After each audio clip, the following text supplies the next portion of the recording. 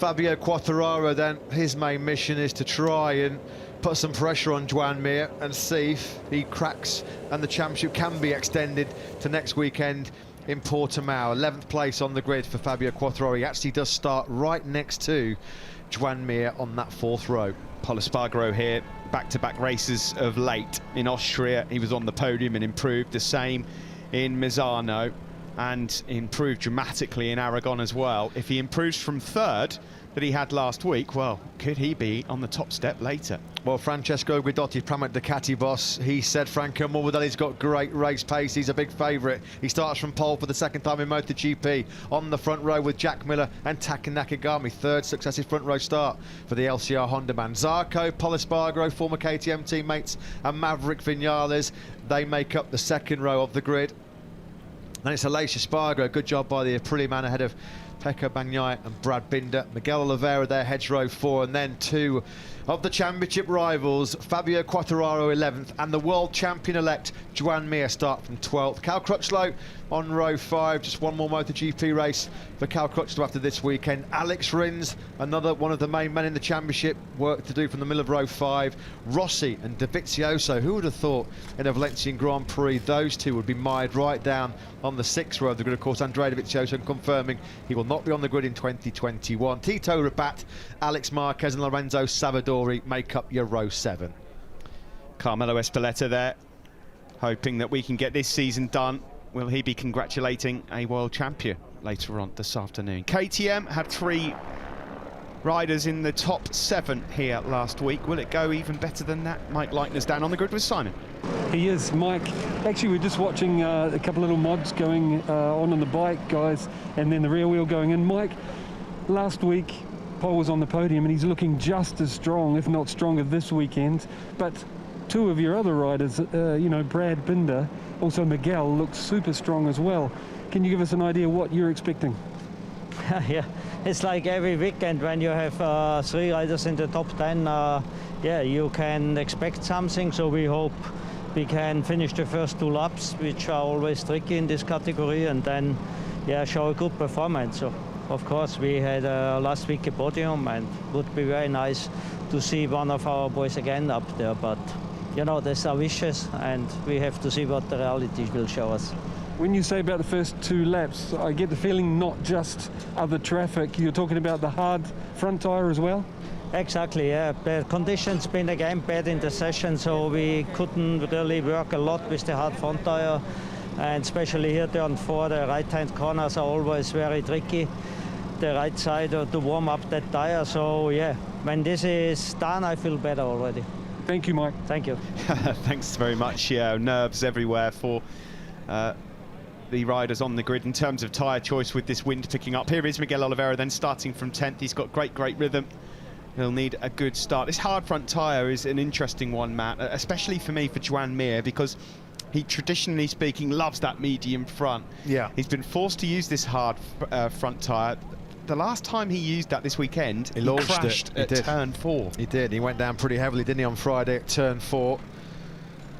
And temperature on the right-hand side of the hard front tyre, particularly around Valencia, of course, is anti-clockwise, predominantly dominated by left-handers, so it's hard to generate and then keep temperature in the right-hand side of the tyre. That's going to be at the back of the riders' minds. Alex Rins then, he's done a brilliant rescue job on more than one occasion from poor qualifying performances so far this year. A 4th row start, 10th to the victory in Motorland Aragon a few weeks ago.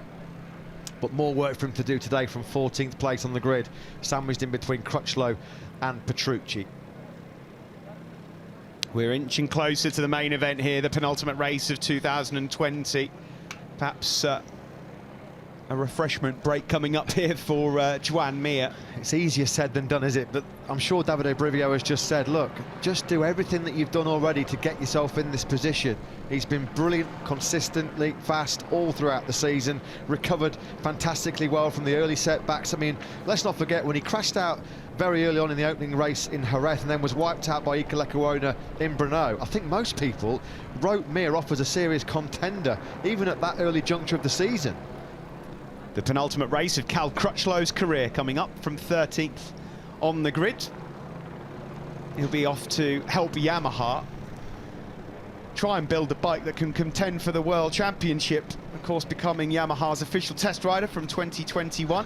Carmelo Espeleta there, Dawn CEO. I'm led to believe some very, very senior management here. Some of the highest figures in Michelin and Michelin Motorsport down on the grid, coming to enjoy this penultimate race. What a race it is, a potentially historic race for the factory Suzuki team. This man on the brink of their first world title in 20 long years. How are the nerves for the team boss, Davide Brivio? Over to you, Simon. Yes, first about the race, Davide, and then secondly about the championship. But about the race, your guys on paper really are fast enough to be on the podium, just like last week.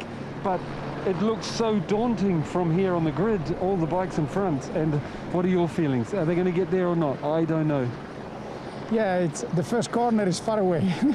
And yeah, no, as you say, we have a good pace. They both feel comfortable. John was very comfortable yesterday. We didn't change anything for the race in terms of setting or the bike. And you mean from last week? No, yeah, from last week, yes. Because the conditions of the track are different and they require different adjustments. And but the problem is the starting position. So as always, I mean, it doesn't happen so often to start much in front. So that's a kind of a normal race. But of course, this time is an important race. So he has to try to recover as much as possible. First of all, the priority is to get out from the first 2-3 laps without any problems, any issue, and then try to pick up the pace and see where we can arrive, you know. And then let's see, and then we will see at the end. Of course, with this race pace, it would have been, I mean, if we would have been more in front, I would be more relaxed. But there is always the recovery matter that, let's see. A couple of other things, David. This, the front tyre pressure, you know, when they're in a group, we hear so many people complain about the front tyre pressure going up. And I also saw the team working on Mir's front tyre pressure this morning, warm up, adjusting. What's your feelings on that? Yeah, you know, now this detail are becoming very important, and yeah, this is something we pay attention. We always pay attention, and you have to try. The difficulty is that you have to fix some sort of starting pressure, but then it might vary a lot depending on the type of race. If you are in front alone or if you are on a draft, and so it's difficult to guess, you know. So that's always the gamble, no, you know. And whether, of course, now we start in 12, presumably we will have to stay in the draft a lot with the other rider, you know. So okay, we take it into account that. Last thing is, I know you say you never think about the championship, you think about the race. You must be thinking about it today a little. Yeah, of course. I mean, I can't avoid. I tried not to think, but...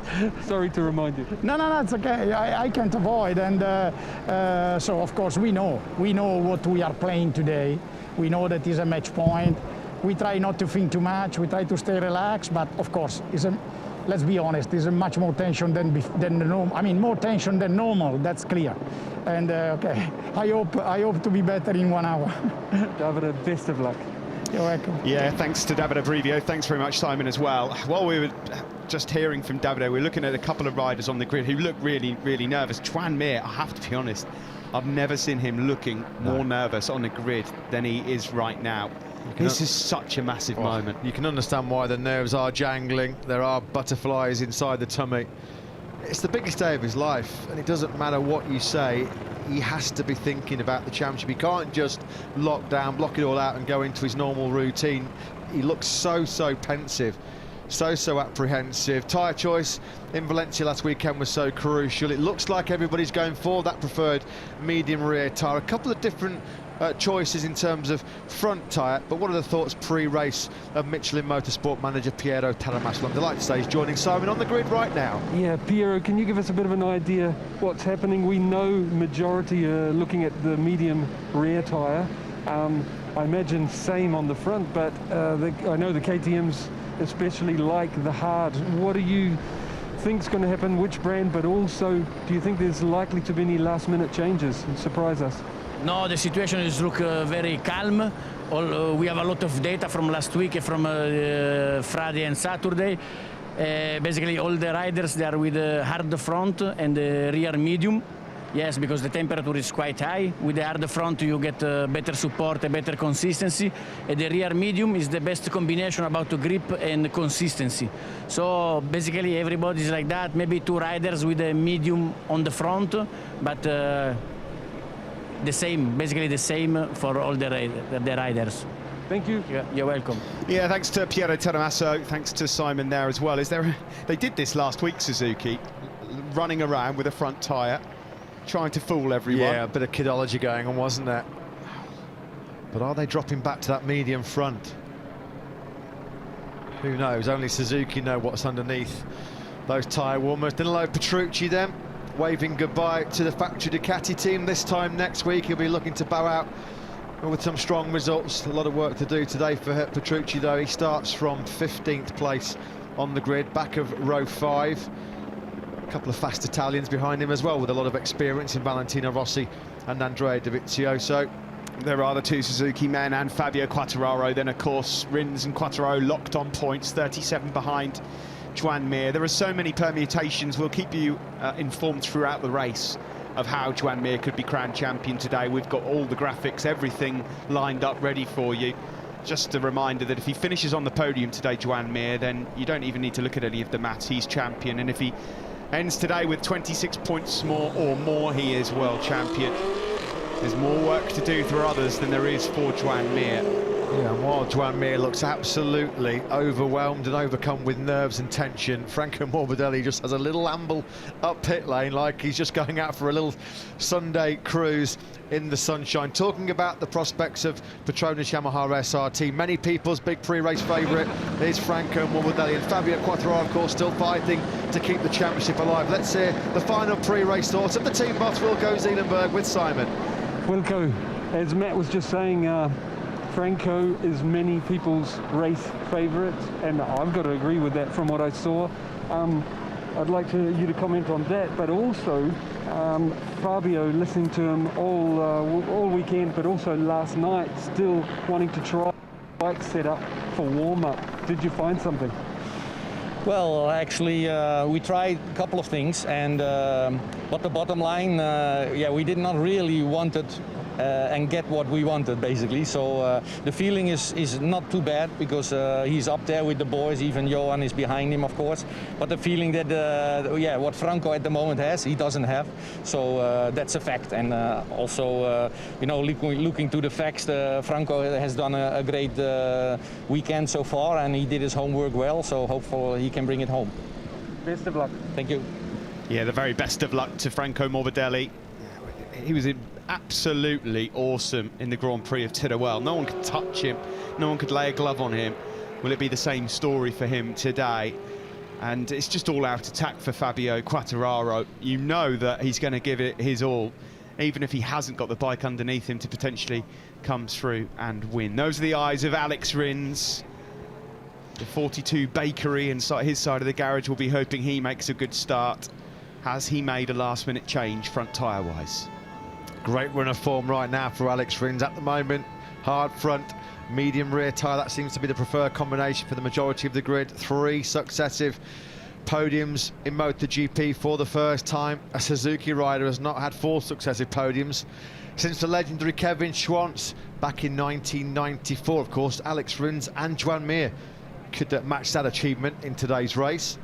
It's no real surprise to see Miller go for that medium front tyre. He said straight after last week's race he just couldn't get any temperature into the hard front. The question is, can he make the medium front last race distance? So, clock ticking down, 6 minutes to go until this young man starts the biggest 27 laps of not just his MotoGP career, his racing life. He's been in this position a few times already this year, has Joan Mir, on that 4th row. He was 10th on the grid at the Grand Prix of Andalusia. He came through to finish 5th. He was 11th on the grid, exactly the same position. 11th on the grid to finish in 2nd in the Grand Prix of Emilia-Romagna. And he was 12th on the grid, exactly where he is now at the Grand Prix of Teruel. And he came through to finish in 3rd. And if he does that again here today, it's all done and dusted. Well, he's done the hard work, 7 podiums in the last 9 to get himself in this position. Can he get it over the finishing line now and become Suzuki's first world champion in 2 decades? What a way it would be for the Hamamatsu factory to mark their 100th anniversary. There was Tito Rabat, of course. Confirmation, sadly, that he'll be moving on to pastures new next season, with Enea Bastianini and Luca Marini coming into a split, a Sponsorama Racing team next year, half of it being backed by Sky VR46 for Marini. Here is Fabio Quartararo. He'd need something magic today in order to keep his championship hopes alive. No top 6 finish for him since his win in Catalonia. The BMW heads off. 5 minutes to go until the race start. Just a couple of minutes left until the warm-up lap begins here in the penultimate race of 2020, a 27-lap race that could decide who wins this World Championship. Looks like there's been a late tyre change. Fabio Quartararo has gone down from the hard front to the medium front tyre, and Stefan Bradl has too. So 5 riders planning to start this Valencia Grand Prix on the medium front. Every rider is on the medium rear slick. I just wonder if Fabio's done that so that he can attack early on and he feels more comfortable. He hasn't got to wait for that hard to come up to temperature. It's going to be an exciting start. Remember, it's narrow, it's tight around Valencia. It's so difficult to pass, and a good start is imperative around here. There's a tricky couple of corners as well when there's a lot of riders around. So the grid starts clearing. Has Joan Mir got a clear head and a clear run to the 2020 MotoGP World Championship? What's going through the mind now of Davide Brivia, who's done such an outstanding job since Suzuki returned to MotoGP in 2015? 5 short years later, and here they are now standing on the brink of glory in 2020. It's match point in MotoGP. Here is your front row. Taka Nakagami, for the 3rd time in a row, is on the front row, looking for podium number 1 of 2020. Jack Miller, not been on the podium now since Austria, and looking for his first win since Assen 2016, and on pole position, looking for win number 3 of the season. Frankie is looking relaxed and will start on pole position here for the Grand Prix of Valencia.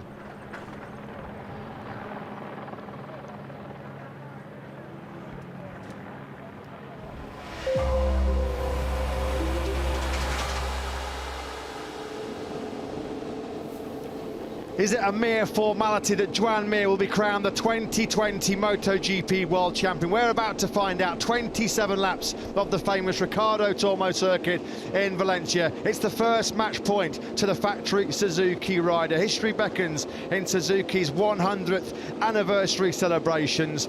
Final words of encouragement, fist bumps from his crew. Jack Miller starting from the front row. The big pre-race favourite, Petronas Yamaha SRT rider Franco Morbidelli. He goes from pole. Front row with Miller is also Taka Nakagami. Fabio Quartararo, can he keep the championship alive until the final round in Portimao next weekend? The Yamaha man starts right next to Joan Mir, the champion-elect, on that 4th row. The nerves jangling for Mir, not so for Miller. You've got to love Jack Miller. Rise of the eyebrows, a big smile on his face as he gets ready for this big old race coming up. Franco Morbidelli starting on pole position, the warm-up lap coming up. I cannot wait for this. Will we be crowning a world champion? Does this somehow go on to Portimao next week? 37 points is the clear advantage that Joan Mir, the 23-year-old Mallorcan, has going into this penultimate round of the World Championship. Barry Sheene, Marco Lucanelli, Franco Uncini, Kevin Schwantz and Kenny Roberts Jr. have all won world titles in the Premier Class for Suzuki. Can Mir add his name to that famous and illustrious exclusive list? First things first, Quartararo has to be on the podium today, and then he has to be 12 points clear of Joan Mir. That's the only way he can go to Portugal with championship hopes alive. Franco Morbidelli is 45 points down overall. He's got to win. It's as simple as that, and he needs Mir to have a disaster. Franco, though, has got some great rhythm, and if he gets out front early on, he could just blast away. Short odds favourite for success today, Franco Morbidelli. Do not discount some of the KTM threats coming from the 2nd row. Pol Espargaro, pole position to the podium here 7 days ago. Can he end his KTM career from the top step of the podium? He would love to do that, but it'll be all eyes on that fourth row. Fabio Quartararo and Joan Mir starting alongside each other. Alex Rins, the maths for him, keeps his title hopes alive if he scores 12 points more than Joan Mir. The maths and the equations, there's so many permutations, but it's pretty simple. If Joan Mir's on the podium today, he is our 2020 MotoGP World Champ. As they head around turn 13, the countdown is on. They just have one corner left to make their way round to the grid. Here are your championship runners then. You can forget Maverick Viñales, you can forget Dovi. They just don't have the pace ready for this one. Joan Mir then lines up on the grid as the race winner here 7 days ago. If he repeats that, it would be something else. He would be world champion. How are his nerves heading into this one? And the same goes for Davide Brivio. The live heart rate might have rocketed. It was 70 beats per minute in the warm-up. Joan Mir was a 3-year-old the last time Suzuki won the MotoGP World Championship. 27 laps in MotoGP coming up right now.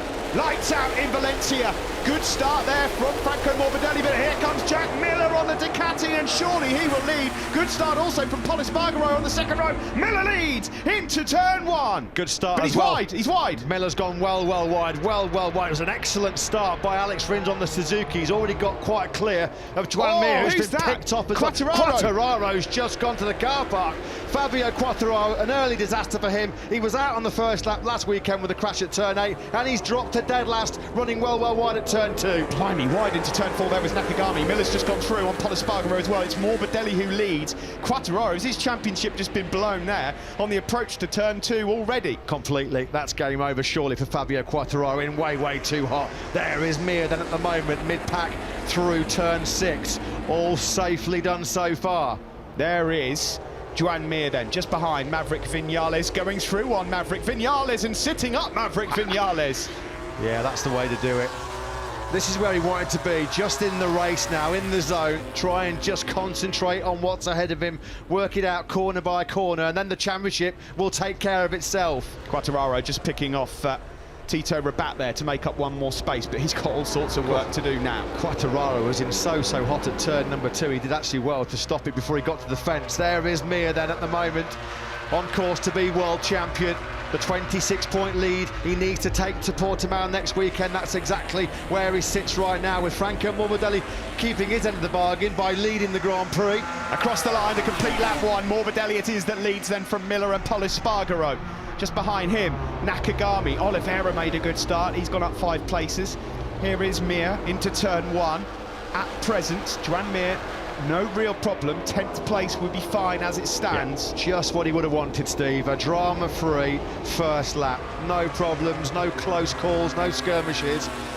And that's exactly what he needed, just to settle those nerves. Now he can bed himself into the race. He'll be a little bit more relaxed now. Cool, he was a bit wide into turn 4 though, as we were following him with the helicopter. There's Fabio Quartararo. He's now gone through on Stefan Bradl. He's up into 18th place. Brad Binder has gone through. He's up to 8th ahead of Aleix Espargaro. Can you believe it? The man who dominated the first 2 races at the moment.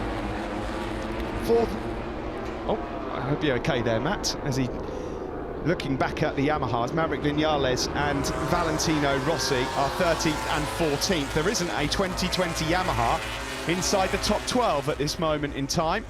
There is Brad Binder. He's just closing up on the tail of Alex Rins. So Alex Rins has made a good start. He's made up 7 places already in this race. Are you with us, Matt? I'm back. Not quite sure what happened there. I was as nervous as Joan Mir on that last lap.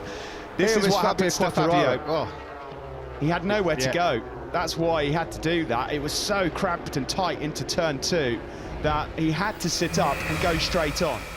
We complete another lap here in Valencia. It's as you were at the front. There is Rins, just behind Johan Zarco. Fastest lap to Jack Miller at 31.7. That's faster than any lap we had last week. Yeah, right now Mir still comfortable in that 10th place. Quite happy just to sit about a quarter of a second behind Aleix Espargaro ahead of him. Brad Binder there in 8th place. He's just put in another decent lap of a high 1:31. Only about a 10th away from the fastest lap there, Binder, so he's got good pace. Through turn 4, which can be such a tricky corner to navigate. There is Zarco, Rins and Binder. Just behind them, Aleix Espargaro and the World Championship leader, Joan Mir. The good thing here for Mir is that he's got nobody breathing down his neck. There's quite a decent gap back to Pecco Bagnaia, which is now around 0.8 of a second, so he hasn't got to worry about anybody making a daring move up the inside of him at this stage of the race, so he's quite comfortable in terms of the threat coming from behind. Up towards turn 11, Pramac Ducati rider Jack Miller. He got the start he wanted, but he just went too deep into turn 1. And so Franco Morbidelli is in exactly the position he wanted to be in. I was just about to say, can you believe Fabio Quartararo, having made such a strong start to the season, at the moment, Live Championship, he's dropping to 4th in the standings before the old vocal cords decided to go AWOL for a split second. I know how bizarre it would be, and what a disaster it would be to drop out of the top 3 overall. Mir's just been given the information he needs. Great lap from Morbidelli, a 31.5, the fastest lap of the race for the race leader. Is this Morbidelli grabbing his ticket to say bye-bye? That's Pecco Bagnaia making a meal of the first corner. He was well wide. It's creeping up, isn't it, the heart rate monitor? And Davide Brivio doesn't know what to do with himself, does he? He's just twiddling with his fingers, grabs the mask. He really doesn't know which screen to look at. There is Brad Binder just up behind Alex Rins, who's not yet been able to find a way through on Johann Zarco. Franco Morbidelli has shown previously, you only have to look back at the Grand Prix of Teruel a few weeks ago, that when he's out front and he's in the mood and he's in the rhythm, he can be untouchable. Yeah, it's almost like a Jorge Lorenzo style performance, isn't it, from Frankie Morbidelli? Poetry in motion. He's always a hard man to beat once he gets his nose in front. Jack Miller at the moment just under 0.4 of a second back. He's got about 0.3 to Pol Espargaro. They're all ganging up now behind Taka Nakagami. It's Oliveira, Zarco, Rins, Binder, Aleix Espargaro, Mir still sitting quite comfortably in 10th at the moment. He'd have worked it out in his head. He'll know exactly what's going on in terms of the championship, and he'll know he can see Rins, so he'll know that he's not a threat for the title. He'll know that Morbidelli's points at the moment are not going to threaten him as well. Quartararo up the inside of Alex Marquez, so that's another position recovered for Fabio after his off-track excursion on the first lap. It's another 31.4 now from Franco Morbidelli out front. Well, this is what the Yamaha can do, Steve, isn't it? When there's not a bike in front of them disrupting their high corner speed, fast lines, that's what they can do. The problem now for Fabio Quartararo is that, being mired mid-pack, he's in that risky danger zone of having problems with the front tyre pressure.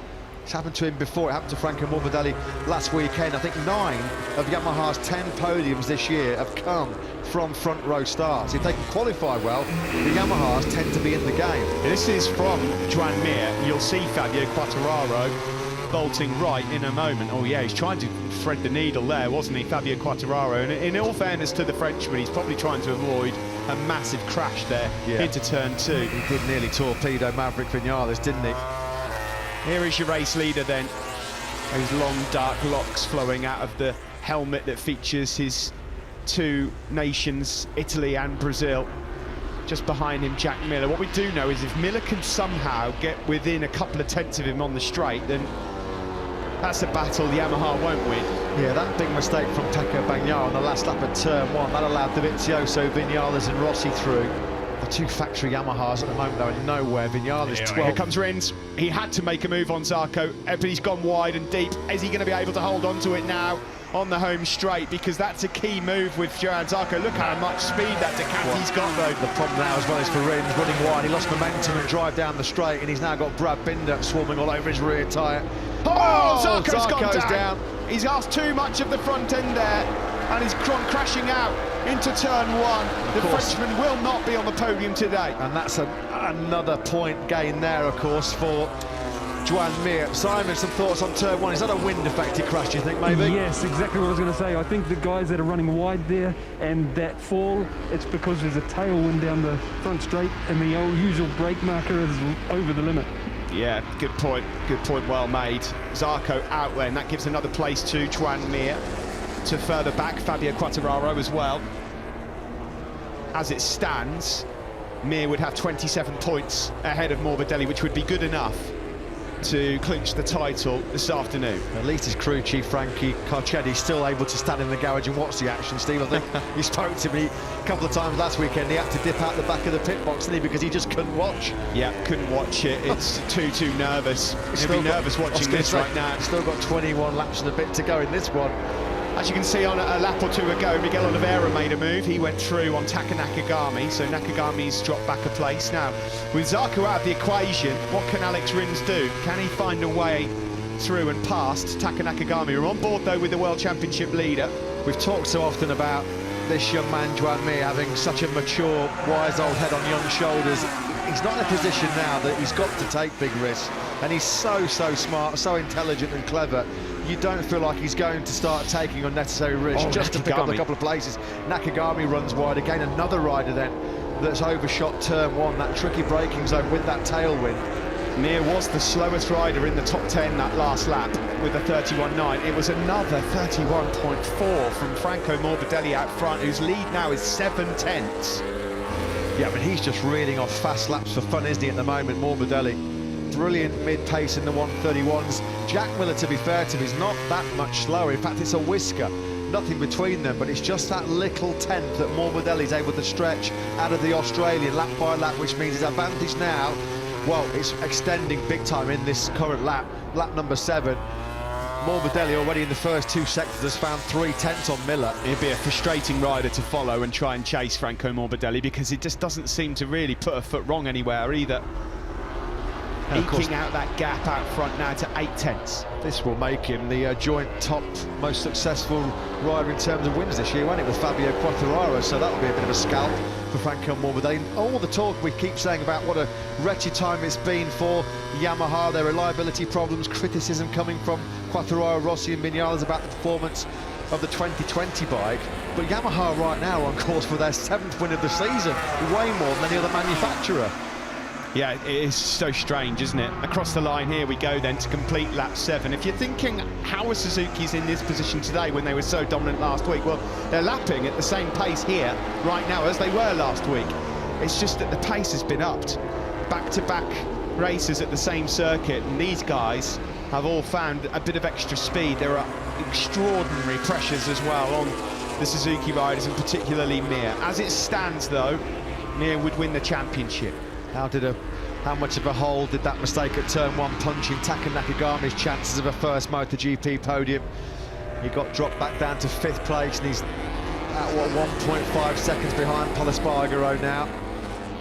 Oh, the nerves have settled slightly then for Davide Brivio. The heart rate might have come down by a little bit, but still, at some point in the last 5 or 6 laps, it will be heart in the mouth for Suzuki as they edge closer to such a famous triumph. Here is Miguel Oliveira, the Tech 3 rider, currently in 4th. Just up ahead of him, 1.3 seconds up the road now is his fellow KTM rider, Pol Espargaro. Nakagami falling into the hands gradually of Alex Rins. Rins knows he's got to be on the top 2 steps here. Something happens to Fabio Quartararo as well, Steve. He did a 33.6 on that last lap. Marquez, Petrucci and Bradl all got through on him. He's dropped back to 18th. You've got to think it's all over, haven't you? Nakagami's just been given a track limits warning. Well, one of those would have been for that massive off-track excursion at the first corner.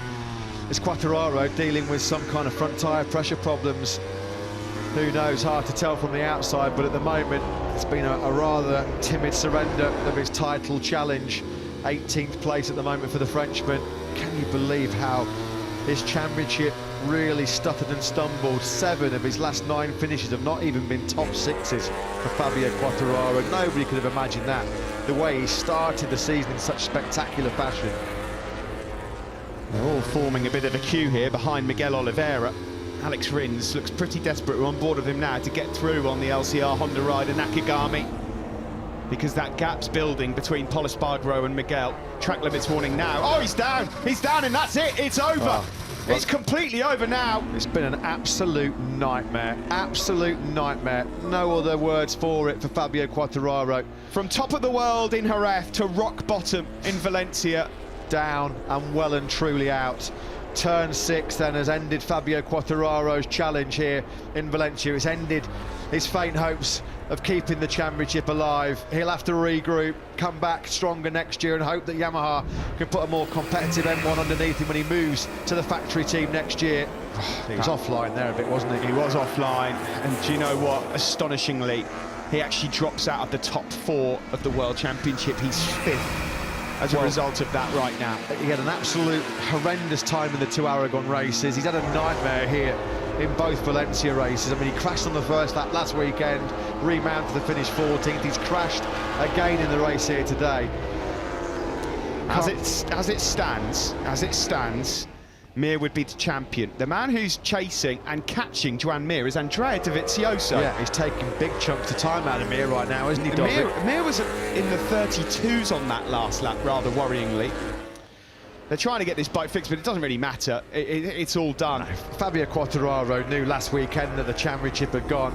He pretty much admitted it. He said, of course, I'll fight until I'm completely out of it, but nothing has gone his way here this weekend. He said they've been so off the pace, so out of kilter with the setup. They've tried more changes this weekend than they did in the whole of 2019. Gives you an indication of how deep the whole Fabio Quartararo's been in this weekend. That deep, he's nearly struck oil.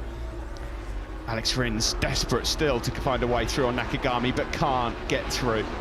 The gap out front is 8/10 still between Morbidelli and Miller. Polo Espargaro is still there, 6/10 behind Miller in 3rd. This is the battle for 4th. Nakagami now trying to get on terms with Miguel Oliveira. Is there a move coming into turn 14? Yes, there is. Up the inside, it will be the classic block pass. And Alex Rins, very close to the action as well. Lovely that by Taka Nakagami. And he's got the drive, he got the power down early enough as well to keep Miguel Oliveira behind him. It looks like he's got quite a big gap, 2 seconds he is behind Polo Espargaro at this stage of the race, although we've not even reached half race distance yet. Vinales would still be in 4th in the championship as things stand. There's still no 2020 Yamaha inside the top 10. He's in 11th. Just a couple of places ahead of his teammate Valentino Rossi. He's scrapping with Cal Crutchlow at the moment. Jack Miller doing his utmost to hang in there. Full credit to him. He's still doing mid-131s himself. It's just the fact that Frankie Morbidelli yet again is just that 10th quicker. Rins fires the Suzuki up the inside of Miguel Oliveira, so it's been a costly lap or 2 for Miguel Oliveira. He's yielded a couple of places, first to Nakagami at turn 14 on the previous lap, and now Rins picks him off at turn 6. Yeah, starting to warm up a bit now, isn't he, Alex Rins? The problem he's got, of course, when he needs to finish on the podium, is he's got about 3 seconds to make up now. 17 laps to do it. Next on the list here, looks like Brad Binder might be having a go at Miguel Oliveira, who could just be running into a bit of trouble tyre wear-wise at this particular moment. Here's Aleix Espargaro, he's in 8th, on board now with Mir in 9th. Aleix is doing a good job holding on to a spot in the top 10, but is there a move coming here from Joan Mir? Is he about to move up to 8th? He's through the number 36 on Aleix Espargaro. Perfect time to ride on board then with the potential future world champion. Joan Mir then now, he can barely look at the screen. He's got ruffled hair, he's been rubbing the hair, hasn't he now, Davide Brivio? 16 laps then now between Joan Mir and 2020 MotoGP glory. It's a 2020 that's ending in disaster for Fabio Quartararo. Andrea Dovizioso tries to get up the inside of Aleix Espargaro on the factory at Aprilia. Aleix Espargaro was raging a one-man campaign to get Dobby to sign that contract. Fabio Quartararo then, he's going to be left to contemplate what might have been. The way his form has tapered off in the second half of the season, it's been really, really tough to see. Yeah, it has. It's not been an easy read, has it? The end of that book. So 16 laps to go here. It's Mir's championship as it stands. He'd have a 28-point lead, which would be enough to wrap it all up. Dovi ready to pounce on Aleix Espargaro. This is the best speed we've seen from Dovi in a little while. Up towards turn 11. He doesn't fancy a go there. The gap now out front, Morbidelli has got up to a 1.1 second lead, and that might just be a good night in terms of Miller's chances of winning this one, unless he runs into an issue. Fabio Quartararo not where he wanted to be, defeated in the World Championship, and a frustrated spectator now for the remainder of this Valencian Grand Prix, having crashed out at turn 6. He had a disastrous start The mistake running in hot at turn 2 as he tried to avoid Maverick Vinales, and then from there on he was really suffering. He dropped back to 18th. He was trying to recover positions when he went down the road. Joan Mir is doing everything that he could have asked to have been done so far. He's raced so smartly. He didn't try and make any risk getting through on Aleix Espargaro. He was quite patient, happy to bide his time behind the Aprilia man and then pick his moment, make the move when he was absolutely crystal clear, concrete sure he was going to be able to make it clean and stick. It might get better for Mir as yet. Last lap. If he now, with the clear air, can catch up to this group ahead. Franco Morbidelli's got his lead out to over a second for the first time then now. Just wide there from Rins. He was a little wide, but he's managed to cut that back. Yeah, Morbidelli's just ticking off the mid-131s and he's staying there. There's just no answer from anyone at the moment. He's not making a single error. Miller is still second. Pol Espargaro is still half a second sort of hovering behind Jack Miller.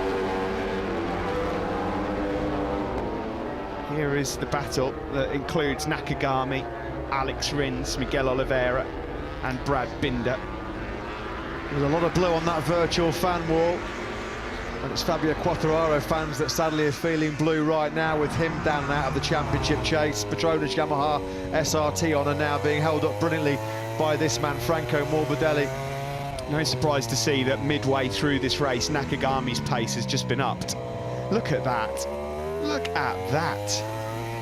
31.7, 31.4, and all of them in between. I mean, that's just unbelievable pace and rhythm from the Italian. Such a cool customer as well in this situation. He never looks like he's getting flustered. When he takes his helmet off in Parc Ferme, he won't look like he's broken sweat, Franco Morbidelli. He'll look like he could do another 100 laps, let alone 14.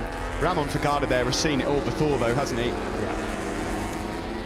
I wonder whether Taka Nakagami might be left to rue that runoff at the first corner a few laps ago when he lost contact with this top three, because his pace, as Steve just mentioned, red hot, 3/10 quicker than Pol Espargaro on the last lap, but he's trying to recover now, 1.5 seconds back to the Spaniard. It's happened a lot, hasn't it, this year for Nakagami? It's always been a little too late in his attempts to try and find the podium. Mir's not been able to break away from Aleix Espargaro and Dovizioso once he got through on the Aprilia man. Andrea Dovizioso with a heart rate you'd think that Davide Brivio was having very, very shortly. They round turn 14, and we're at the halfway stage of this race here in Valencia. 9/10 in it between Morbidelli and Miller. Miller's keeping him honest, that's for sure. This is Joan Mir, the World Championship leader, still in 8th place, ahead of Aleix Espargaro on the Aprilia. And 10th is Dovi. Taka Nakagami's doing a very Taka Nakagami job right now. Another personal best lap of his race, a 31.4 that time around, 4/10 quicker than Pol Espargaro. And now the gap down to 1.1 seconds, so there is big life left in Nakagami's podium challenge. Cal Crutchlow here in 13th, just behind him, Valentino Rossi, whose pace has just been up slightly, so he's been catching Cal on the last couple of laps. Yeah, Rossi about half a second, 6/10 of a second away from the front-running pace. These two, of course, huge experience. Cal Crutchlow ending his full-time racing career after Portimao next weekend. Of course, he'll be trying to help Valentino Rossi out next season as the official Yamaha test rider, one of the greatest British riders in MotoGP history. You think of the list of British MotoGP winners in the past: Mike Hailwood, Jeff Duke, Phil Reed, Barry Sheed, and Cal Crutchlow among those absolute legends from the UK. On board with his teammate then on the last 3 laps. Look at the time he's taken out of Pol Espargaro. Taka Nakagami then trying to find his way onto a MotoGP podium for the first time. There's plenty of life left in this race yet for him to be able to catch down Pol Espargaro as they cross the line. It's a 1:31.4 again from Nakagami, so he's the fastest man in the field once more. Yeah, there's now a bit of breathing space for Mir then, just ahead of Aleix Espargaro and Dovizioso. Still quite happy there, circulating in 8th position. Here's the two Repsol Honda men. Alex Marquez, who's going to be feeling very second-hand, a bruising, vicious high side yesterday, and he's wide into turn one. That tailwind has caught out so many riders on the brakes at high speed. You're about 300 kilometres an hour in the braking zone for that first corner, and he'll be hoping that adrenaline can get him through to the checkered flag here, the younger Marquez. Nakagami's gap to Pol Espargaro 9/10 of a second. He's dropped to Alex Rins, who's just behind. Lucio Cecchinello watching on, desperate for his rider to get that first ever podium. Yeah, there's been a couple of fourth places, haven't there, so far for Nakagami this year. He won't want to be the bridesmaid again in terms of the podium. He's got plenty of time, over 11 laps, to hunt down Pol Espargaro, as he's still got time and pace to really get in the battle potentially for second with Jack Miller. Here is the gap for your own eyes. Franco Morbidelli with a 9/10 lead over Jack Miller and Pol Espargaro, and then it's the Honda of Takaki Nakagami. We actually have 5 different manufacturers in the top 5 at the moment. It's Yamaha, a 2019 spec, Ducati, KTM, Honda, Suzuki. Just behind then is Oliveira and Binder, then 2 seconds back to Joan Mir, the World Championship leader, who as it stands is still in line to wrap this one up. It's 8/10 now. Yeah. A round of applause there from Fonzi Nieto. Yeah, Jack Miller's riding brilliantly at the moment. He's really keeping the pressure on Franco Morbidelli, trying to force the Italian into an error, which he's not too often prone to making, is he? But Miller then, still sensing that there's a race win up for grabs for him as well. 8/10 of a second the gap's come down to. It was up to about 1.5 just a few laps ago. Yeah, he doesn't buckle very often, does he, Franco Morbidelli? He's about to be informed, I think, Frankie, on his pit board of what the situation is. Now, Yamahas have in the past been known to fade a bit towards the end of races, although Franco showed no signs of that in Aragon a couple of weekends ago. Jack Miller, of course, let's not forget, it's been some time since we saw him on the top step, that Assen win in 2016, but it was in those wet conditions, and how much he would love to stand on the top step for Pramac Ducati before he moves to the factory team in 2021. The gap down to 7/10 now. Game on. Who could forget Valencia 2006, a certain Australian by the name of Troy Bayliss stepping in for the injured Tete Gibson. Fastest lap of the race. Wow, Miller's got some serious speed here then, and it's down to 6/10 of a second. That's more like it. Dovi makes a move on Aleix Espargaro. He goes up 1 spot into 9th. Joan Mir, by the way, is closing on Miguel Oliveira as well in 7th, so Mir might yet make up another spot. That 1:31.378 from Miller on 17-lap-old tyres shows just how brilliantly Jack Miller's riding right now. Absolutely sensational job by him. He's on that medium front tyre as well, which you've got to feel is going to wear that slightly faster than the hards that the likes of Morbidelli, Espargaro and Nakagami around him. He's got to work for it though, hasn't he? He's really got to work for this, because as we've mentioned before, Morbidelli won't make this easy. Further back, he's dropped Pol Espargaro in 3rd. Pol's actually struggling at the moment. He's got his hands full with Taka Nakagami on his tail. Nakagami, after that run-off at turn 1, has regrouped exceptionally well, and at the moment he's eyeing one prize, and that's his first ever MotoGP podium. Brad Binder has now gone through on Miguel Oliveira as well, so that's the reason why Mir's catching Oliveira. I didn't see that move, so Binder's now up into 6th place. He's now starting to lap well, as he did this time last week. Where do you look? We've got Miller 8/10 behind Morbidelli. Nakagami on course to try and fight for his first podium behind Pol Espargaro. Well, this time last week it was Pol Espargaro 3rd, Taka Nakagami 4th. Nakagami desperate to make it a role reversal here 7 days later. He badly wants that first MotoGP podium. He's been so close on more than one occasion so far this year. He's really piling the pressure on Pol. Out front, Morbidelli responded on that last lap. The gap stays at 8/10 and it's grown again to 9/10 in Sector 1. Yeah, right now Mir in a relatively relaxing 8th place. He's 1.3 seconds behind Miguel Oliveira, and in turn he's about 7/10 clear of Andrea Dovizioso behind him. Yeah, you're right, Matt. I mean, that's about as relaxed as it can be in a MotoGP race. He's not got any immediate company right now, which is good news for him and probably good news for Davide Brivio's heart rate as well. Well, I'm sure they would have run through all the calculations and permutations going into this race and told him exactly what he needs to do. But he knows that 8th place, perfectly good enough to win the World Championship. This is a great battle then now that's being engaged. He's got so much grip, He's going so for it much now. rear grip. He's going for it now, isn't he? This is going to be the move. Here he comes up the inside at turn 14.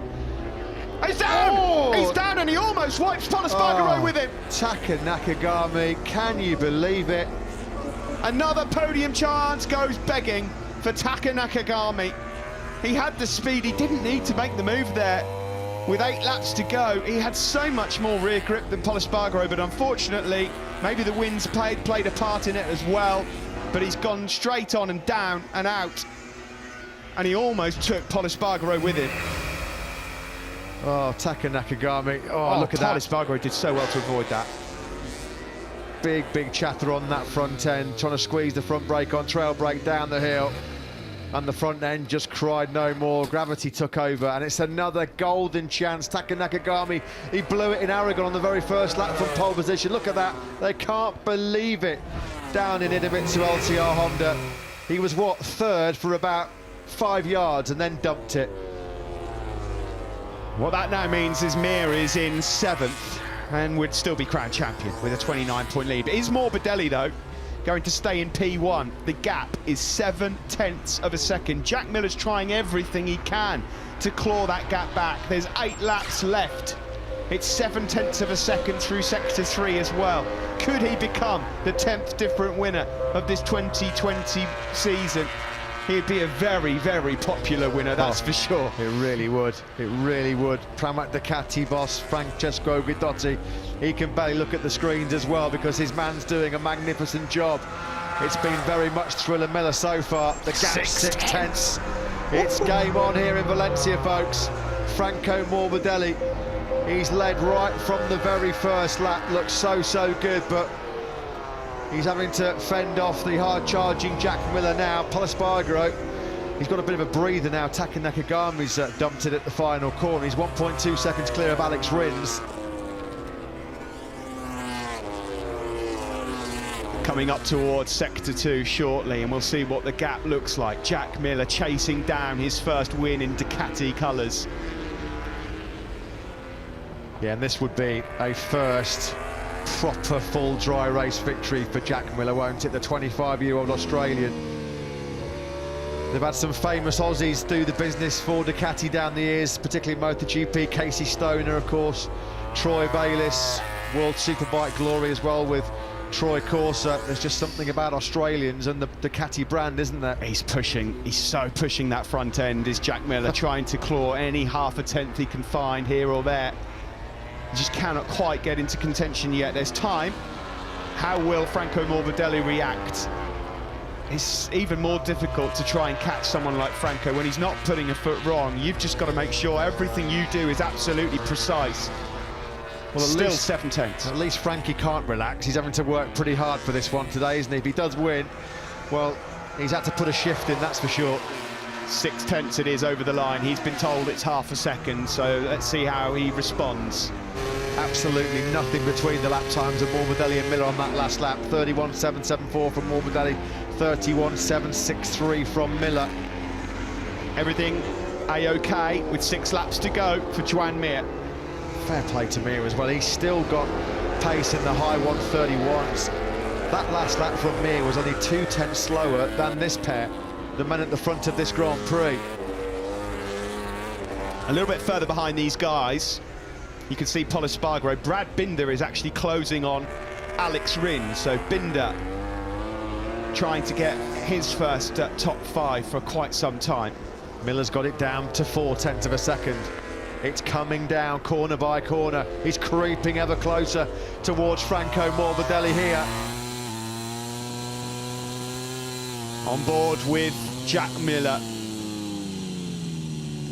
trying to hunt down Franco Morbidelli to become the 10th different winner in 13 races which would be a record in the Premier class. Up the hill we go, turning left through turn 13. It's been very much the year of the independent team this year with Petronas Yamaha SRT. He's gone really hot into turn 14 there. Wow! Oh, he's got some trust and confidence in that medium front tyre. The Ducati have never had an independent team rider win a MotoGP race. Jack Miller at the moment, the gap's come down to 3.5 tenths. Is Morbidelli in any trouble at all? Because that's the first time I think I've seen Morbidelli in the 132s. It was a 31.7 for Jack Miller. There's 3 tenths in it. There's 5 laps to go. The championship at the moment, it looks like it's going Mir's way, but we're focused on this battle for the ultimate win here at the Valencian Grand Prix. Jack Miller through turn 4. It's 4 tenths the difference between number 21 up ahead there on the Yamaha in Petronas colours, Morbidelli, and the Pramac Ducati rider Jack Miller. Yeah, this has been the best race from Miller for quite some time. He has looked absolutely awesome over this last 4 or 5 laps, continues to pile the pressure on Franco Morbidelli. Last time around, Miller was about 3 tenths of a second quicker. And how deep was he able to brake and stop that Ducati into the final corner? Anxious faces, pensive faces down in Petronas Yamaha SRT. Ramon Ficada and Stewie Miller looking on to see if their man can fend off Jack Miller. Well, what you want now is a heart rate monitor on Francesco Guidotti. Up the hill we go through turns 12 and 13. 5 laps remain, the gap's still hovering around 4 tenths. Will that come down when Jack's able to wind up his Ducati power onto the start-finish straight? Here he goes, across the line now. Has Morbidelli responded? He has, a 31.9, and it was a 32 flat for Miller. It's as you were. Paul Espargaro keeping Alex Rins at arm's length as well in 3rd place. Rins cannot just break it down to under a second to his fellow Spaniard. Joan Mir then 4 laps away from the best moment of his life. He's in a safe and solid 7th place. No dramas for him. In fact, he's closing down on Miguel Oliveira pretty rapidly right now, is Mir. Coping with the pressure wonderfully at this moment in time is Morbidelli. The gap's just creeped up again to half a second. Miller's just trying everything, making all sorts of shapes, any which way he can find anything, and it must be so frustrating because Morbidelli just isn't making any errors at all. Well, whatever happens, Jack Miller can go to bed and sleep well tonight, because he's extracting every single ounce of performance out of that Pramac Ducati, out of those Michelin tyres, and out of himself. Yeah, absolutely, 100%. Both of these boys have been absolutely brilliant to watch out on circuit. Is there any sting in the tail to this MotoGP race? 4 tenths again in it through sector 3. No change behind these two. Dropping down into turn 14 then. Morbidelli creeps on the power of his Petronas Yamaha 2019 machine. Behind him is Jack Miller. There's now 3 laps to go. They're making numbers up on the pit board here to see whether Franco can cope with the pressure. There is Joan Mir, then the helicopter shot, looking down on the man that now surely has 1 hand and 4 fingers on the MotoGP World Championship title. Frankie Carcetti in the middle of the picture. He's nervous. He doesn't even want to look at the screens. There's 12 kilometres left between the MotoGP World Championship and Joan Mir at this moment in time. 23 years of work and sacrifice for 27 laps for Joan Mir, and he's so close now to a famous success for Suzuki. It seems such a long time ago. It feels longer than 20 years since Suzuki were last in this position with American Kenny Roberts Jr. Alex Rins is going to have to cope with some last-minute pressure here from Brad Binder. It's championship over for Alex Rins in terms of fighting Mir. He could still yet finish 2nd overall. At this moment, he's got to defend the South African Brad Binder in the remaining few laps. Yeah, the double top 7 for Suzuki doing their bid for the triple crown, the world of good as well. Of course, they're top of the team championship. Suzuki on course to be Constructor Kings for the first time since 1982. Is there going to be any change out front as they exit the final corner? There's now 2 laps left here in Valencia. And Morbidelli is putting on an amazing defensive display, but it's just 0.3 of a second now. That's the closest it's been across the line. Mir being told everything's fine, yes. Don't worry, calm down, the championship will be yours. Thumbs up, job done so far. He has not put a foot wrong, has he, Joan Mir? And under that helmet now, every little noise he hears will be getting a little bit apprehensive, but he knows he's within touching distance of pure and utter delirium. I'm quite nervous about this because Miller, you just know, it will leave nothing out on that track at all. There's 0.4 in it, but it doesn't look like that. It looks like it's a lot less as they come through Sector 2 shortly. Can Jack Miller do anything about Franco Morbidelli out front? Well, Franco Morbidelli is MotoGP's coolest customer. He needs ice coursing through his veins right now because Miller continues to try and get that elusive dry race victory for Ducati. It's 0.2 of a second in it. And if Miller is this close onto the home straight, he's got a big chance of pulling up alongside him because there is a hell of a speed difference between these two motorcycles. And Miller's been exceptional over the crest here through turn 12, up the hill through turn 13. He's had the better edge grip. He's looked so good braking down the hill into turn 14 on that medium front tyre. The drive now is going to be crucial onto this straight. And he's close, he's very, very close. Can he pick up some slipstream behind Morbidelli's Yamaha? We start the final lap of the race here in Valencia. Here comes Jack Miller. He's coming through like a rocket, and he leads. Can he get the bike stopped into turn 1? With the wind behind him and a bit of slipstream as well, he runs in wide. Can he hold it? Morbidelli's got the inside line for turn 2, but Miller leaves his braking extra late. No, Morbidelli pinches it back. On the cut back, that was lovely. Morbidelli then is saying, I'm not giving this one up just yet. Miller, will he have a look into turn 4? You bet he will. Up the inside he goes. It's a last lap humdinger here in Valencia. Jack Miller then. Morbidelli at turn 5. There was no room there, but he finds room. Brilliant. How aggressive was that from Franco Morbidelli? It's all on the line here in Valencia. Mir on the brink of the world title, but who will take the win here? Awesome last lap already, and we've got another half of it to go. Mir's on his final lap. To MotoGP glory. I thought there was a move coming there into turn 8, but he thinks better of it. Now then, Jack Miller. Is there going to be any way through? Can he be close enough to try and pinch the inside line through turn number 11? He's going to try and line it up through turn 10. Is he going to be close enough? Here, oh no! They almost touch. How close was that? Now then, will Miller be able to try and slipstream Morbidelli's Yamaha out of the final corner? Or is Morbidelli going to cling on to a brilliant victory here? That was a clever defensive move from Franco Morbidelli into turn 11, and Jack's now got to somehow find any time at all. I don't think he's close enough.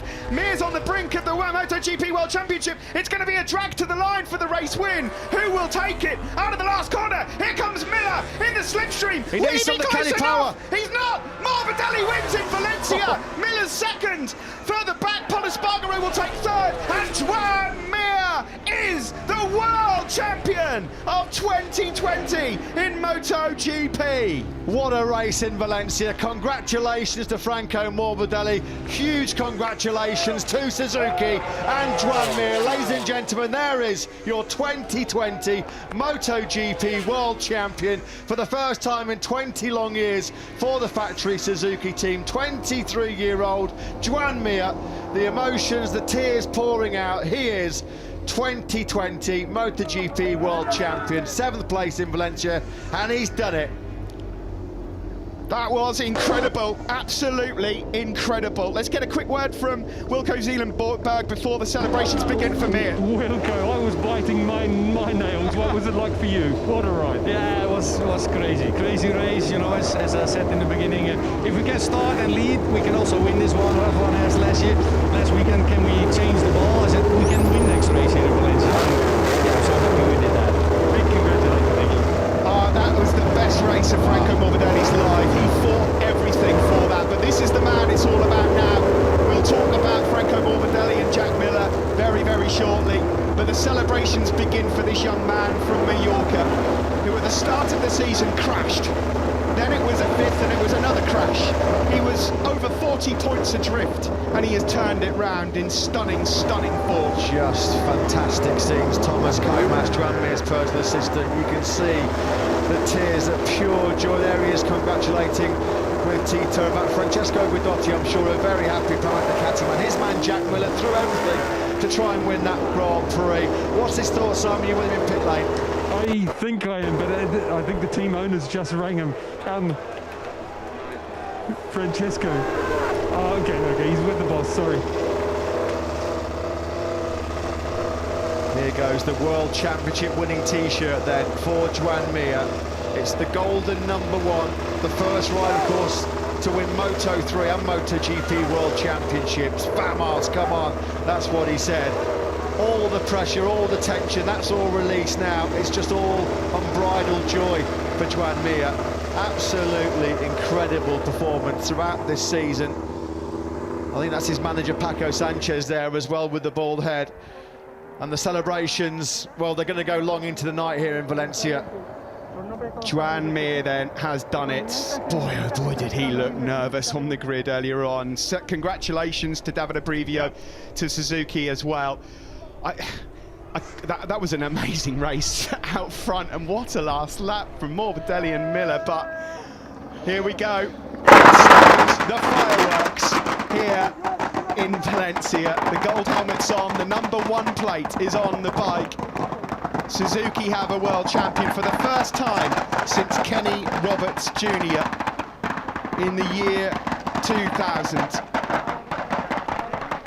A richly deserved 2020 world champion. Love that golden helmet as well. Look at that, the number 1 replacing the I in Mir. Absolutely awesome. Hashtag Mir with the 1 in there. That's going to be trending all around the world now. He made that match point count. Jack Miller, what an absolutely remarkable performance by him. He came within a 1/10 of a second of winning his second MotoGP race. We can see what it meant to Franco Morbidelli as well to hang on in such dramatic fashion. Alex Rins comes home in 4th place. Incredible. Wow, what an afternoon here in Valencia. Pol Espargaro, another brilliant ride by him. He's back on the podium as well. 5 of his 6 career MotoGP podiums have come in the last 9 races for Pol Espargaro. He's hit some serious form. Andrea Migno, Sky VR46 Moto3 rider, comes to congratulate Franco Morbidelli. Talk about resilient to pressure. What a ride that was. Magic by Morbidelli, magnificent by Miller. Incredible last lap. 2 of the most likeable guys in the paddock as well, really going at it, standing toe-to-toe in MotoGP. There's tears inside that factory Suzuki garage as well. The fireworks have gone off, the smoke bombs have gone off, the marshals coming to congratulate the new world champion. As we said, richly deserved. He's managed to marry speed and consistency. As Steve said, recovered brilliantly from the early setbacks. No points in the first race in Jerez.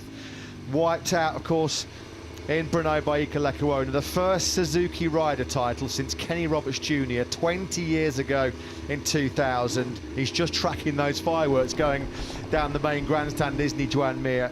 And they're on course still, of course, for the Triple Crown. It could get even better for the factory Suzuki team. Brilliant stuff for Joan Mir. Franco Morbidelli's about to enter pit lane to raucous celebrations for the Petronas Yamaha team. It's his 3rd win of the year. It's the toughest win of the year. It was the best win of the year. And he's 2nd in the World Championship now as a result as well. Spectacular stand-up wheelies coming in then from Joan Mir. This is the moment, the special moments that you work your entire life for, all the sacrifices that go on behind the scenes that we don't see. And what a way for Suzuki to mark their 100th anniversary. And as we mentioned before, here's that illustrious list of world champions for Suzuki in the past. Barry Sheene, Marco Lucinelli, Franco Uncini, of course, still so important in MotoGP, Kevin Schwantz in 1993, Kenny Roberts Jr. And now Joan Mir adds his name to that list. 20 years later. It's a thumbs up and a burnout celebration for the Suzuki man. That 100th anniversary livery has got what it deserves in what has been an unbelievable season. The 2020 MotoGP World Champion Joan Mir.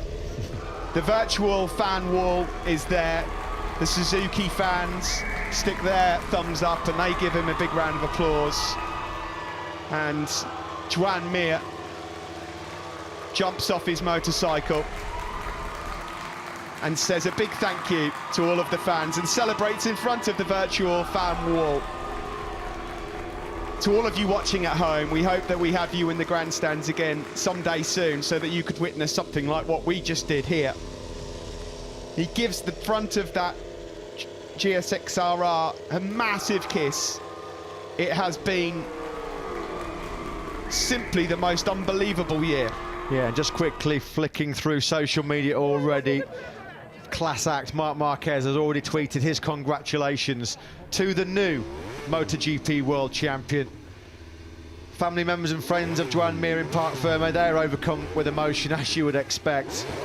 What a moment in this young man's life, and what a future he has in the MotoGP World Championship. In Parc Ferme, ladies and gentlemen, he's your 2020 MotoGP World Champion. There's going to be some raucous celebrations from the factory Suzuki team long into the night here. I'm not sure when they're travelling to Portimao. Maybe they'll be delaying that trip. There'll be some hangovers and some headaches, but they will not care one jot.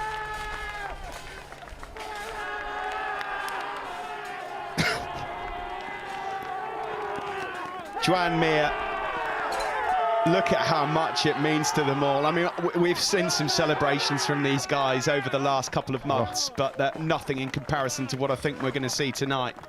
And what about the tough times for Suzuki? They went into self-imposed exile, didn't they, for 3 years? Came back in 2015. You've got to give a shout out to people like Davide Brivio, team manager, who's put together this unbelievably tight-knit team. Ken Kawachi and Shinichi Sahara, who've done a fantastic job with the GSX-RR. Sylvain Gintley, of course, is here working today with French TV. How much work has he done behind the scenes into this GSX-RR, which is now, without any question, the best motorcycle in MotoGP. We've got so much to analyse coming up here, of course, discussing Joan Mir's amazing World Championship season. Family and friends all in tears for Joan Mir. You could just see there in the background as well, Dorna CEO Carmelo Espeleta coming down to congratulate a new star in MotoGP. Great shot there as well. Just in the background, you can see there Franco Mancini with the spectacles, one of Suzuki's former MotoGP World Champions. There's Franco, just in the blue shirt there with his arms folded. I'm sure he'll be delighted. There he is, just congratulating Joan Mir there. Franco Mancini still such an important part of the backroom team here in MotoGP. These guys can't believe it. You've got to just say... That's Federico. Yeah. Tondelli, the press officer. He's lost it. Alex Rins watching on, and he'll be one of the first men to congratulate Joan Mir at the end of this as well, and he's partly responsible for Suzuki being in the shape that it's in as well, the development that he's put into this race. The tears, the blood, sweat and tears that have gone into this season. Joan Mir's mother apparently is inconsolable. She's absolutely delighted, but happy tears for her. Who can blame her? Who can blame her? She's seen her son give his all to get into this moment, and it's all done and dusted. He can enjoy this week, he can relax. There is the tweet we just mentioned. Marc Marquez, the outgoing MotoGP World Champion, passes on his congratulations to our new king in MotoGP. To the left of Joan Mir there, Jack Miller, Franco Morbidelli. I've got to say, what gentlemen, thank you so much. This is the greatest show. That was an unbelievable final lap. Loved it. Yeah, like you said, Steve, you won't meet two nicer guys in the paddock than Morbidelli and Miller. What a day it's been for the M-boys. Morbidelli, Miller on the podium in a 1-2, and Mir is your world champion. Davide Brivio can relax, and a great job as well by Paul Espargaro. Let's not forget him. Third, back-to-back podiums in Valencia. He's in Parc Ferme with Simon. Paul, another brilliant podium. Nobody can accuse you of not putting everything into your race. How hard was that one? Yeah, it was fantastic. I'm super happy because this weekend we didn't expect to jump on the podium. Actually, we were not. I mean, we deserved that podium, but for sure Nakagami at the end was faster than us, so he for sure would be in front of us if not his mistake. Luckily, I could open a little bit the throttle and then get away of his crash, but yeah, it was a fantastic job. Again, from the limit, from the beginning till the end, riding on the pace I could and just trying to do no mistakes, and finally we could jump again on the podium in the 5th of the season. It's just unbelievable. Great job, Paul. Thank you very much. Thank you. Yeah, absolutely cracking ride that again by Paul Espargaro. Really did put his all into that race. There was the scare, wasn't there, when Taka Nakagami got up the inside of him at turn 14. That result has pushed the Red Bull KTM team into 3rd overall in the team championship. Matt, my maths aren't great, but I think that we can safely say that Team Suzuki X-Star have also got the team championship wrapped up there as well. They've had worse weeks, haven't they? And it's a dead heat at the moment in terms of the constructor battle. They're tied with Ducati, so all to play for the Triple Crown. Pit Byra there, a very richly deserved round of applause for Pol Espargaro. And I love that shot. Franco Uncini. Joan Mir becomes just the 6th rider to win a Premier Class title for Suzuki. Barry Sheene did it in 1976 and 1977. Marco Lucanelli in 1981. And that man there, Franco Uncini, did it in 1982. The last time Suzuki, coincidentally, were Constructor World Champions. I'm sure watching back at home, Kevin Schwantz, the 1993 champion, he must have enjoyed that show by Jack Miller. What a ride. So close to his 2nd win. He's in Parc Ferme with Simon. Jack, you may not have got the win you wanted, but unreal. You can be very proud. What was it like out there? Yeah, no, another fantastic last lap battle there with Franco. It was, you know, a lot of fun. You really enjoy it, especially on such a tight track like this with our these big bikes. To be battling like that is unreal. But yeah, again, just coming up that little bit short, but no, we can be, like you say, happy. We worked really hard all weekend and showed we had the pace throughout the whole race. Just, yeah, not much really more to say, you know, except massive congratulations to Joan and the whole Suzuki team. They deserve it, so it's awesome to see. And yeah, hopefully we can be back here in Portimao. Congratulations to you, Jack. Cheers, Simon. Thank you. Such a classy character, Jack Miller. Mixed emotion, I guess. He came so close to that victory, but congratulating Franco Morbidelli and congratulating Suzuki and Joan Mir as well on their epic day, an unforgettable day for the Hamamatsu factory. That last lap, it was like a Moto3 scrap, wasn't it?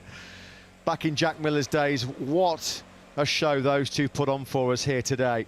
Normally there's 100,000 fans rammed into this Ricardo Tormo circuit. Well, they'd have been on their feet watching that race. I'm sure you were at home. And what a race by Franco Morbidelli. He's now 2nd in the World Championship, his 3rd win of the season, and he's in Parc Ferme with Simon. Franco, that was as close to perfect weekend as possible. Please tell us about your race. Yeah, unbelievable rhythm. I opted for the hard front because we were not sure that the medium would have lasted all race long, so I opted for that one.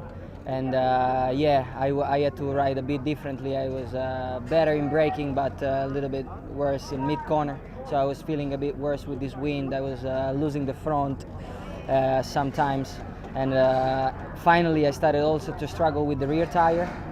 And I knew that Jack was gonna come. I knew that he was gonna come. And finally, last lap, he came, and I said, okay, I have no voice anymore because I yelled so much. I said, okay, I try everything to win. I will try everything to win. And after, it came out a very clean and sporty fight. And it was really nice. We passed each other sometimes in the last lap. I don't remember well how many. And finally I was able to win, but also Jack has been amazing. The pace we maintained was impressive, and I'm really impressed by this race. Generally I gave everything every lap, and finally we were able to win it. And congratulations to the team, congratulations to Jack. And yeah, unfortunately we lost the championship, but I think we did a pretty good work.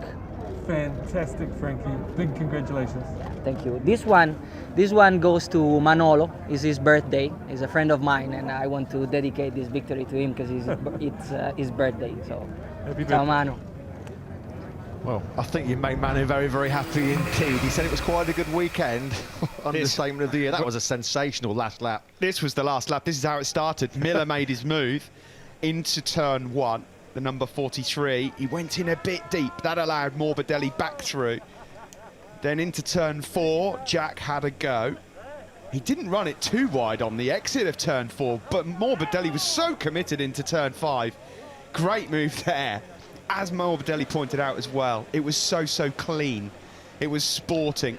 Yeah. And in the end, across the line, I mean, if this is what the new generation of MotoGP riders have got on offer for us, then I cannot wait for the next few years. Love that, love those scenes. In Petronas Yamaha SRT, Andy Griffiths, Morbidelli's data engineer, and Stewie Miller in the celebrations. Andrea Migno, such good buddies with Franco Morbidelli. And here is your 2020 MotoGP World Champion. Congratulations to Joan Mir. He's with Simon in Park Fur, mate. Joan Mir, MotoGP World Champion. How does that sound, Joan? Unbelievable, unbelievable, unbelievable. I don't have words to describe this emotion because it's something that for what I've been fighting for all my life and finally to get this result. At the moment, I don't laugh, I cannot cry. It's a mix of emotions. I'm really happy. You can believe, no, because when you follow one dream all your life and then finally you achieve it, at the moment I don't believe what is happening, no, and I need a couple of time now, relax. I sit over there a little bit to understand what happened, because for me this is I don't have words. Sincere congratulations. Thank you very much. Thank you. I've got some bad news, Joan. Unfortunately, you're not going to have much time to sit over there and relax, because the world's media is in full attack mode. This is the moment then when he crosses the line and fulfills a lifelong dream, a lifelong ambition. He's the MotoGP World Champion, and straight away, what is he, 50 metres over the line? And all the emotion comes flooding out of Joan Mir. Tears of joy. Jorge Lorenzo, of course, congratulating a Spanish and Mallorcan. I'm very proud of Joan Mir, winning Suzuki's first title for 20 years, the third Spanish rider to win in MotoGP, and the champion as well, just in his second season. That's a great point by Jorge Lorenzo. The tributes from all four corners of the globe will be pouring in for this man. We talked about Kevin Schwantz. I'm sure Kevin was back in Texas tuning in to watch this moment of history for Suzuki. From 2008 through to 2019, it's been all about Yamahas and Hondas in the World Championship. But Suzuki's back. Yeah, and back with a bang. As Steve mentioned, they're now the team champions as well. The triple crown up for grabs. Unforgettable scenes, unforgettable moments. That's there lovely. Is yeah. Sylvain Guintoli as well, has been working here for Canal Plus, the French TV network. He's one of the first to get to congratulate Davide Brivio. Some of the work that he's done behind the scenes, unsung hero of this GSX-RR project. I've loved the way that Joan Mir and Alex Rins have both paid tribute to the work that Sylvain Guintoli has put in to make this GSX-RR such a formidable package in MotoGP. Well, there'll be some noise from that garage here tonight. There's been so, well, when they win, they make a racket. Imagine what it's like now they've won the World Championship, although they've got to pack up quickly and get on to Portugal, haven't they? So not a lot of time to get the Prosecco out, although I'm sure they'll manage to swig a few drops. This is a nice moment here. He realises he's being congratulated as well by Andrea Dovizioso. Yeah, great scenes. Scenes that will stick with him for the rest of his life. It's the realisation of a dream. Tito Rabat as well, of course. Joan Mir and Tito Rabat have become close friends in that Andorran base. And there is the golden touch for the man with the golden helmet to celebrate his MotoGP world title. On to the podium yet again in MotoGP. Congratulations to Pol Espargaro. He fought hard for that third place. Nobody really fought much harder than Jack Miller in that race. The Aussie takes an absolutely brilliant second. But your race winner, it's Franco Morbidelli. What a last lap battle on the Petronas Yamaha SRT machine. He just got the better of Jack Miller on the Pramac Ducati, and crucially moves into second place in the World Championship. So it's Andy Griffiths then, data engineer for Petronas Yamaha SRT, that receives the Constructor Prize from Motul representatives, the title sponsors here in Valencia. Pol Espargaro, congratulations to him. That's his 50th career podium, of course. 6 in the MotoGP World Championship. Great job by Pol Espargaro. He's 7th in the World Championship.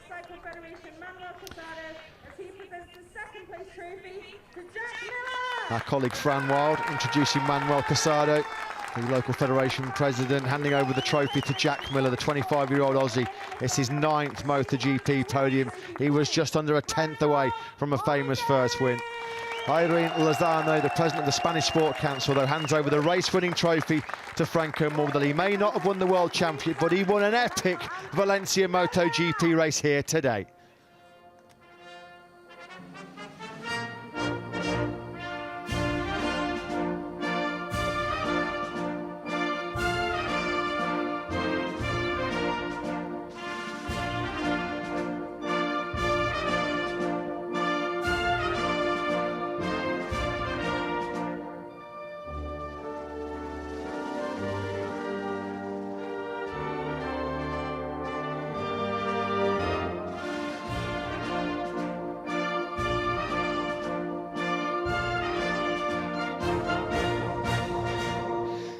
Franco Morbidelli celebrates his 3rd victory of 2020 here in MotoGP, and that equals his teammate Fabio Quartararo.